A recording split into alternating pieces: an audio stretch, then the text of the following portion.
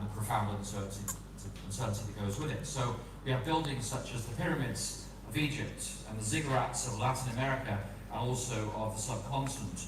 You have the obelisks at Stonehenge in England, and you have the obelisks of Egypt, and you have sunstones. These are monuments of the calculation of and need to be in harmony with the recurring cycles of astronomical time. And these cycles of nature became very useful hooks around which you could hang your society on and how your society functioned. And so a cyclical time provided repetition, regularity, and the ability to project into the future through sacrifices, through offerings, through rituals, through fasts, through the opening of the guts of a goat and examining the entrails, through pilgrimages, through shamanistic rituals. Both peasants and kings could restore order when a private event or the event in the trajectory of your life or a national event took place that was out of harmony with the cycles of nature.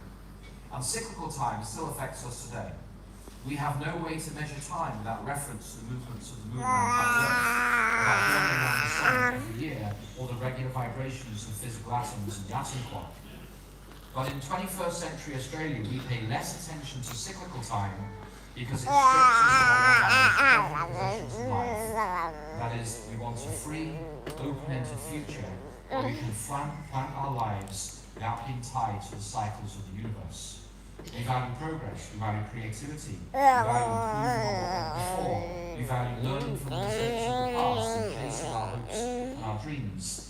And that is why cyclical time, even though we still live with cyclical time, we have the calendar for instance, we do not base our lives around cyclical time. More, we are living our lives with linear time. So, many of us today, we've experienced violent time in our lives. The violent time affects all of us, whether it's the battles of history or the battles in our homes, and some of those are violent. Then many of us experience time as chaos. And if you're married to somebody who lives in a chaotic manner, it's incredibly demanding upon you. If your children are just chaotic, it's demanding upon the parent. And then some people just live their lives in terms of cyclical time.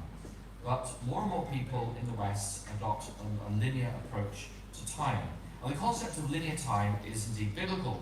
You have the biblical worldview of creation, the fall, and the plan of redemption. And so that's the basic structure of time in the Bible. You have creation, or that's the situation. You have the fall, that is the complication. Then you have the resolution, and that is the plan of redemption. Every movie you ever watch, every novel you ever read, follows that basic three-part structure.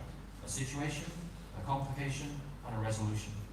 Every movie from Hollywood has that basic narrative structure. And that's how the Bible is. Genesis 1 and 2 is creation. Genesis 3 is the fall. Genesis 4 through Revelation 22 is the resolution of the problem of the fall. And so, when I was at school, it was my profound misfortune to have to read this book, Paradise Lost and then Paradise Regained. This is a poem in 10 easy books written in Middle English. I hated it. Some of you may have had the misfortune to read this book as well. This was part of our education in England. You were to read John Milton's Paradise Lost and Paradise Regained. Very lots of flowery language in there. You know the basic point, but you have to enjoy your literature classes. And so humanity begins with a creation from nothing. There's a fall from grace. There's a divine plan from God to rescue fallen humanity. It's the basic structure of time. So in the Bible, time is neither chaotic, neither is it random, nor is it cyclical, but it has a direction. It is moving towards a heavenly purpose. It is moving toward a God-ordained climax of time. And in such a linear worldview, if once you understand the biblical worldview, there is a beginning, there is a middle, and there is an end. There is a story of creation, there is where I am today, and there is what God is preparing for me in heaven above right now, as per John 14:1 through 3. That means my beginning had meaning, my today has purpose, and my tomorrow may be filled with hope. And so we like the idea of linear time. Now linear time really flourished from the Protestant Reformation onwards. And with the invention of printing and the spread of books, millions around the world came to see history as moving forward with a purpose. History has direction. History may go through little detours, but humanity is working towards a grand climax, which is the second coming of Jesus Christ. And we find this concept of linear time in our different national narratives. So in America, the early explorers viewed America as the New Atlantis, or the El Dorado, or Utopia. In America, we talk about concepts such as manifest destiny, the New Jerusalem, or John F. Kennedy spoke about the city on a hill in his inaugural speech, and American exceptionalism. The idea here is we've broken free from the shackles of the cyclical time of the past. We're now free to chart our own course into the future. But the reality is we're still bound by cycles of some kind. The business cycle, the economic cycle, budget cycles, fashion cycles, and traffic cycles, and so forth. And in the middle of the 1700s onwards, secular philosophers adopted the concept of linear time, not just Protestants. And when the Industrial Revolution came about in the 19th century, the secular Western world came to believe in the idea of indefinite scientific, economic, and political improvements. This became known as modernism. History was now the story of the inevitable human progress. Time was linear, whether it was from a biblical perspective, a philosophical positivist perspective, or from the perspective of Karl Marx and his dogmas. And has any of you ever watched Anne of Green Gables? Yes? I loathe Anne of Green Gables. I'm sorry. I loathe Anne of Green Gables. She's just an uppity little girl. She's ridiculous. And but what I really don't like about Anne of Green Gables was the fact that we grew up in England, we didn't have a TV, my grandparents did, we got visited for Christmas, and after the Christmas meal at 3 o'clock, the Queen's speech comes on BBC One, and after her speech is over, 15 minutes later, then BBC One would show Anne of Green Gables, and BBC Two would show the latest James Bond movie. I never saw anything in my life, but I knew James Bond was on at 3:15 on Christmas Day. And we watched the Queen's speech, and there would be this inevitable but very short and sharp discussion, and men would be banished to the kitchen to wash the dishes, while the ladies relax with my sisters and watch Anne of Green Gables. So I have a sense of deep-rooted resentment against Anne of Green Gables. But if you know Anne of Green Gables, there's a series that goes with it. It's called Avonlea. Have you seen the Avonlea series? Okay, it's a series of stories of farming families in the northeast coast of Prince Edward Island, northeastern Canada on the Atlantic coast.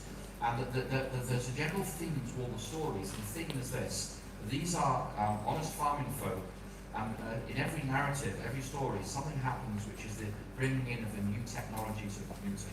The arrival of indoor toilets, the horrors of indoor toilets, yes? And the arrival of electricity, and the arrival of piped water, and the arrival of sanitation systems, and the arrival of a town laid out on a grid rather than random farms scattered around the countryside, and the arrival of a canning factory and a mechanized production, and the production line like Henry Ford's Model Ts in Detroit. And so, as you go through those stories from the 1880s up until 1914, and the theme is this: that technology will facilitate human progress.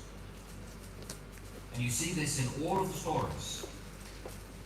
And the stories end in 1914 when one of the boys, who's been in the entire series, joins up to serve the Royal Navy. And we know what happened from 1914 onwards. It was the slaughter of World War II. There's a picture from Passion Day of the Battle of the Ypres. The Canadians fought 4th Infantry Division, where men would slide into those mud holes and simply drown in the mud. It was a horrific battle. World War I, the idea that technology leads to inevitable human progress means we had a rude awakening. And we realised that all technology does is means we can learn to kill each other more efficiently, more effectively. So after World War I, the horrors of World War I and the horrors of World War II, the modernist era gave way to postmodernism.